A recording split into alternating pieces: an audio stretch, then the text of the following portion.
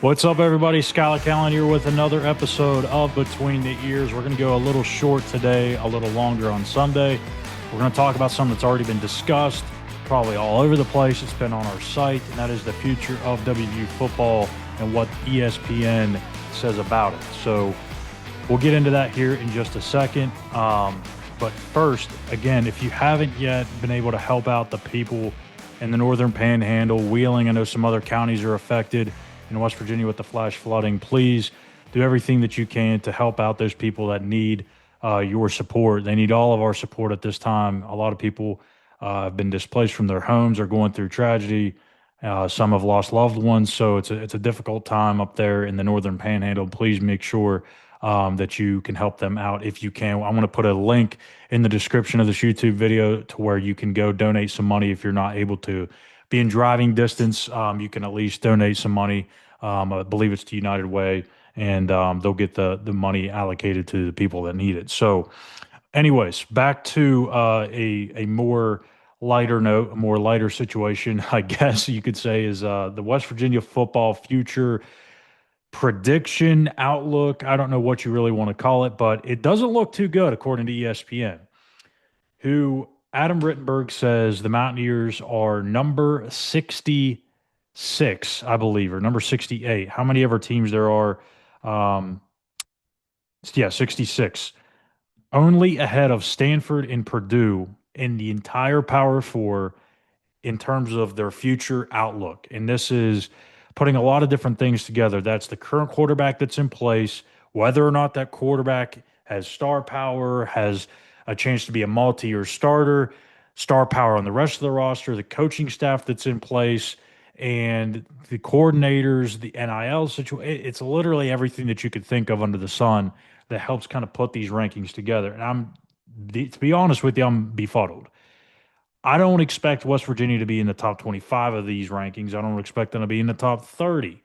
But 66, man, like, come on. What are we doing? I mean, this is not a program that is going to live at the bottom of Power Four football. I don't care who's running it. Even when Neil Brown was here the last 6 years, it wasn't good. But it wasn't even the last two or three programs in Power Four football. There was at least a handful more. And now we're going to say that with Rich Rodriguez back at the helm that it's going to be worse? Like, come on. I don't think so. The NIL situation is only going to be better, we would assume, especially with the backing that Rich Rod has and all the big-time donors, Pat McAfee, Ken Kendricks of the world. Those people are going to be there to support him. If they show a little bit of progress in year one, it doesn't have to be something astronomical. It's just got to be a step towards competitiveness and a step towards back to being relevant again on the football field, especially late in October, November. Fans are going to start buying into that, and they're going to do whatever they can to help support the program. So I don't think NIL is going to be a problem. I don't think that the coaching staff is going to be a problem because we're talking about a guy in Rich Rodriguez has won virtually everywhere he's gone. You look at even what he did last year at Jacksonville State, took them up from the FCS ranks to the FBS, wins a Conference USA championship with 60-some new players on the roster. Also kind of the same situation he's got here with a whole new, but basically blank canvas of new guys on the roster. So to me, I don't think it's about the coaching staff either. Zach Alley, you poached him, the defensive coordinator at Oklahoma. That doesn't happen all that often. He's got veteran, experienced guys on this coaching staff mixed with a nice blend of young talent that can really recruit. I don't see – there might be spots on the coaching staff that may need upgraded over time. I don't know where that's at right now, but that's always the case. You're never going to bat 1,000 when you're putting a roster together or a coaching staff together. So at some point, there's going to need to be upgrades on the coaching staff, but in large part, the key decision makers, I think, are pretty respectable, especially for the Power Four level.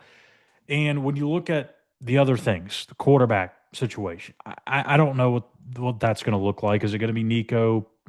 Yeah, maybe, probably, but it could also be Jalen Henderson. I think there's so much uncertainty there that's what's the driving force of this thing, putting them towards the bottom of the Power Four. But again, Rich Rodriguez has always had success finding a quarterback that works for him. It doesn't always have to be these big time flashy numbers like Pat White put up. It could be the hard nosed type style of guy that he had last year at Jack State with Tyler Huff. It could be just that. And he could have 4 workhorses in the backfield, and he'll find a way to make it work and win football games. So for me to sit here and think that West Virginia is going to be behind the likes of a Wake Forest, a Rutgers, a Vanderbilt, a Houston, UCF, like, what are we doing here? Arizona? Like, yeah, maybe before they switched coaching staffs and or lost Jed Fish, I should say, to Washington, and now they have Brent Brennan, who couldn't even win at San Jose State. But that's neither here or there. They're going to be behind Virginia, Virginia Tech. I mean, I could keep on going. Pitt for Syracuse. I mean, there's so many programs out there that West Virginia, on paper, should at least be higher than. The starting point is low because they have so much of a turnover on the roster and the coaching staff. There's so much newness. I get it. I understand this year alone, if we want to make this a 1-year thing, yeah, put them 66. I really can't argue too much about that. But if we're projecting the future of these teams, which is apparently what this article is about, 66 is asinine. When has West Virginia ever been the bottom 2 or 3 of the big time programs in college football? When? I mean, it's been years. You'll have a year here and there that it'll happen. But again, as I mentioned in the opening, even when Neil Brown was here for those 6 years, there were still several other programs that were worse. So I don't understand it. It's just me kind of getting, my venting out today. But listen, there's a lot of things that I would tell you to buy stock into. This is not one of them.